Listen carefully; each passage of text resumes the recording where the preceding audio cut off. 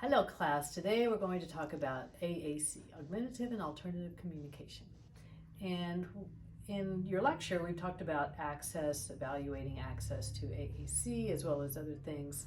And that's really the OT's role in that team, is determining, the best way, easiest way, simplest way for someone to access their technology.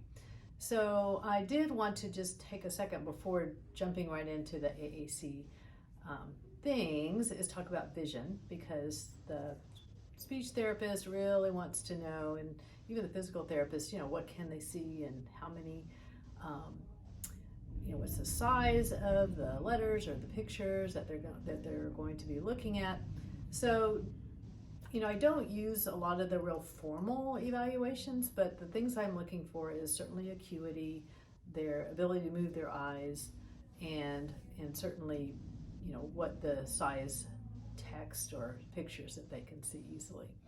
So, and you have to keep in mind that many of our patients are not verbal, so they can't do a typical Snellen chart, which I do have. So kind of a tried and true method, and I don't know where this originated, but this is what we've used for a while. I've got 3 pictures: an umbrella, a house, and an apple. So first we determine with the patient a yes, no.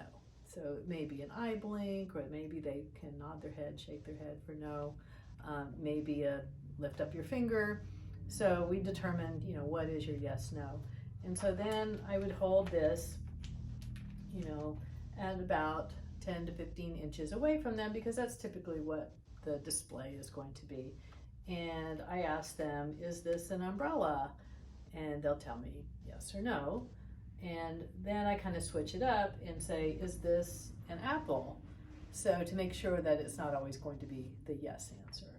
So I go through that till we get it pretty small. And if they can identify correctly the umbrella, the house, and the apple, then we know, they can see things at about 1/4 of an inch, 1/2 an inch high, and that's how I can describe it, that, they are able. So this test, which is the near vision test, symbols for children, so children that can't know letters, and it gets really, really tiny, which I don't think anybody can see that. So I typically go to, just about a 1/4 inch, because we're not going to usually put anything much smaller than that in front of them. So that's a way you can test vision for someone that's not verbal. There's plenty of near vision types of tests that are out there, lots of different kinds of reading.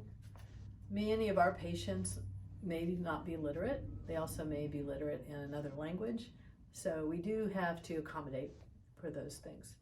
The other thing besides acuity is looking at the mobility of their eyes. So I have a little pencil topper. This is a clown, and the other day I scared a kid because they didn't like clowns, so I got a little puffy.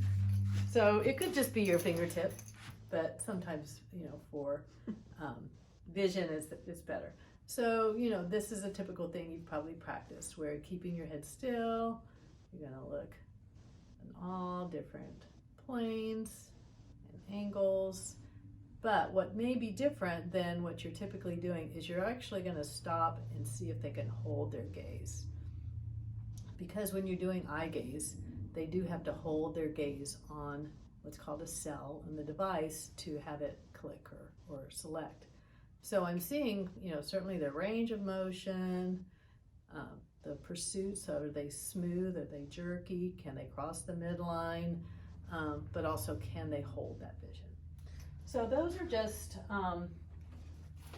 some typical vision things that we really want to see. So we're looking at, what can they see, how big the letters or how small the letters can be, as well as their ability to move their eyes.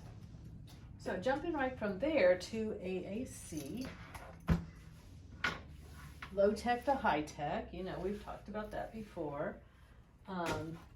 Say you work in the ICU and there's people with ventilators there that, eventually probably will be able to talk. So you may not necessarily need to go into the direction of a communication device, You just may be able to get by with either making or finding a symbol board or someplace to spell, and if the person is able to use their hands or a pointer,